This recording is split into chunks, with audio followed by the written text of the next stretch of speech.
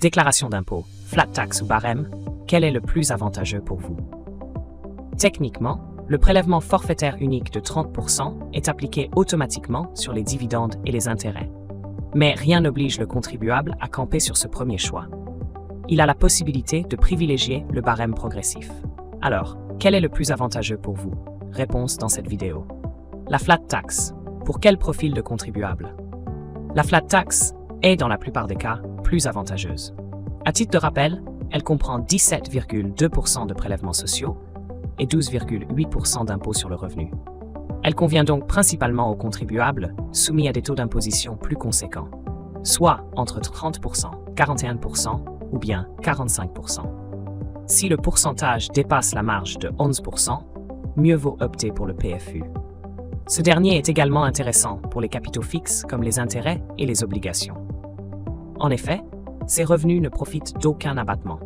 Pour les dividendes avec un abattement de 40% par exemple, la flat tax est la solution si le TMI s'élève à 30%.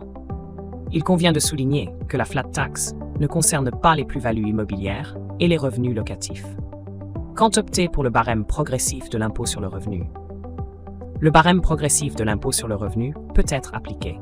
Pour ce faire, vous aurez tout simplement à cocher la case 20P de la déclaration.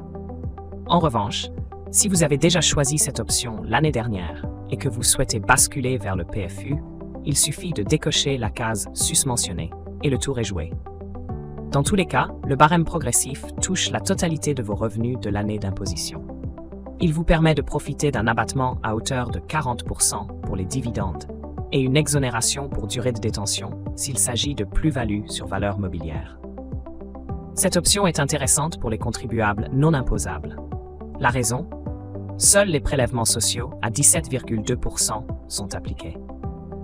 En d'autres termes, votre taux marginal d'imposition se situe entre 0 à 11%. Le barème peut être une meilleure alternative, puisque le taux se trouve en dessous des 12,8% prélevés dans le cadre de la flat tax. Comment faire le bon choix? Faire ce genre de choix est loin d'être facile, notamment si les revenus proviennent de plusieurs sources. Certaines de vos ressources peuvent par exemple jouir d'une exonération de 40% si elles sont soumises au barème progressif de l'IR. La tâche se complique dès lors que ce genre de situation se présente. Pour éviter les mauvaises surprises, il vaut mieux se fier à un professionnel du patrimoine. Celui-ci vous donnera les conseils appropriés pour vous aider à mieux vous orienter dans votre choix lors de la déclaration d'impôt.